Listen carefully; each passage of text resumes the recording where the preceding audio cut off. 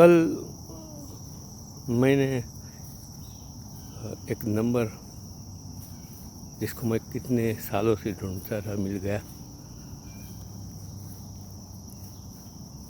क्या मालूम कब कौन किस तरह मिलते हैं और बिछड़ जाते हैं। ये कहानी, अद्भुत कहानी आपको सुनाता हूँ, आप सोच भी नहीं सकते। अहमदाबाद में भगत का छापरा, छप्पर जन कहते हैं, और लिबर्टी, वो कितने सालों से वेल फेमस है, जहाँ गाभा जी का अड्डा चलता था उस ज़माने में।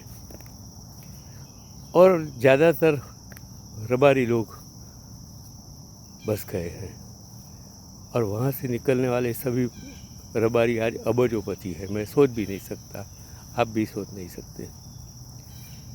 1976 में जब मैंने वहाँ क्लासेस शुरू किया, शिफ्ट किया, तब ये छोटे छोटे बच्चे रबारी के मेरे आजू बाजू रमते थे,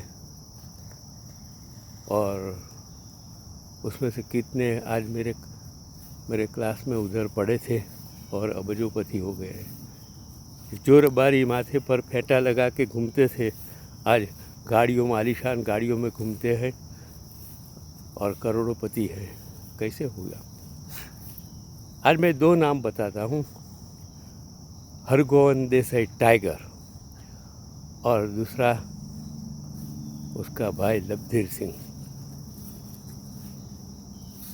वो हरगोविंद देसाई टाइगर जो हरिन पंड्या की गाड़ी के आगे कमांडोर की तरह घूमता था, इतना मजबूत आदमी, इंसान मैंने कभी नहीं देखा। कल देखा, उसका फोटो देखा तो दंग रह गया। आज भी वही। आज कंस्ट्रक्शन का बिजनेस है, ब्रिज बनाता है, कितना बिजनेस है, करोड़ों रुपये का बिजनेस है। और उसका भाई लबधीर, वो एडवोकेट है हाई कोर्ट में, और वो LLM हो गया है, PhD करता है। सोच भी नहीं सकते। वो हरगोविंद देसाई, आप सोच भी नहीं सकते, कभी आपने सोचा भी नहीं होगा। वो ऐसा नाम है, उस ज़माने में श्रीनगर में लाल चौक में भारत का झंडा उसने फहराया था।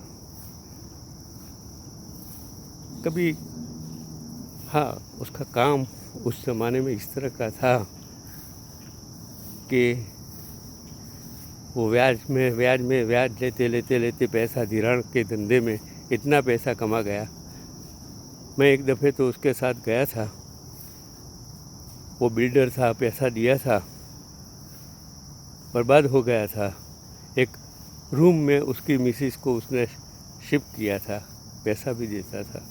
ऐसा मैंने सोचा कि भाई धिराण भी किया था और पैसा भी। मैं ये कहना चाहता हूँ कि इंसान बुरा नहीं होता है, कभी कभी बुरा इसलिए होना पड़ता है कि कोई सामने वाला जब दादागिरी करे तो।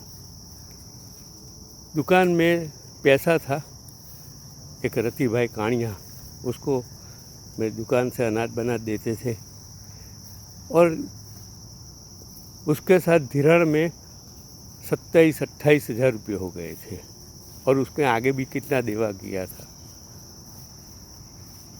फिर पैसा नहीं दे सकता था, तो उसको हरगोविंद ने पैसे की गारंटी दी, उसकी दुकान लिखवा ली, सब कुछ लिखवा ली, और उसके सामने पैसा दे दिया।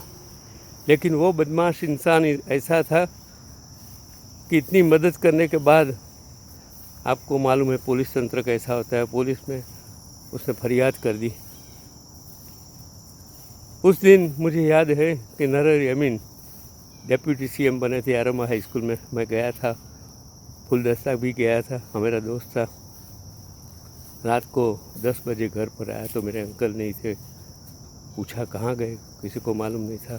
तपास की तो मेरे जो दुकान का भागीदार था वो भी नहीं बोला। तो उसने बोला, फिर मुझे पता चला कि ये पुलिस वाले भोला के को ले गए थे और उसको लॉकअप कर दिया था।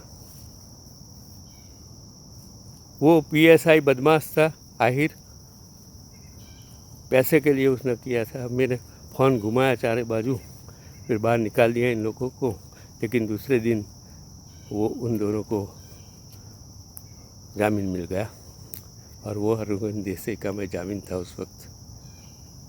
वो हरगोविंद देसाई मैं चिमन भाई पटेल के पास ले गया था उस ज़माने में। मैं क्या बात करूं, चिमन भाई पटेल जैसे होनहार चीफ मिनिस्टर गुजरात में पैदा हुआ, इतना बहादुर आदमी मैंने कभी देखा नहीं। और जीआई पटेल मेरे दोस्त थे, जीआई पटेल के साथ उनको लेकर गया था तो जीआई चिमन भाई ने बोला, मैंने बोला कि भाई इस प्रकार का काम करता है और इलेक्शन में मदद कर सकता है आपको। वो पुलिस कमिश्नर को बोल दिया कि भाई उसका ध्यान रखना, कभी तकलीफ़ हो तो बोल देना। जब बहादुर इंसान चिमन भाई पटेल बोल्ड मैंने कभी देखा नहीं था।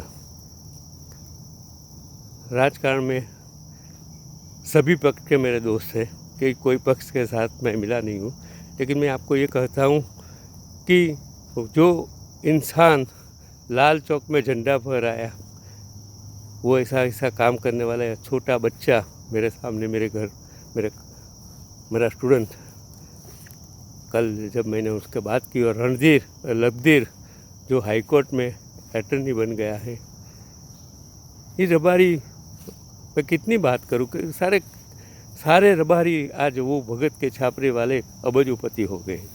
मैंने उसको पढ़ाया। आज का एपिसोड लखदीर और हरगोविंद देसाई को मुबारक। ज़्यादा कुछ कल कहेंगे उसके बारे में।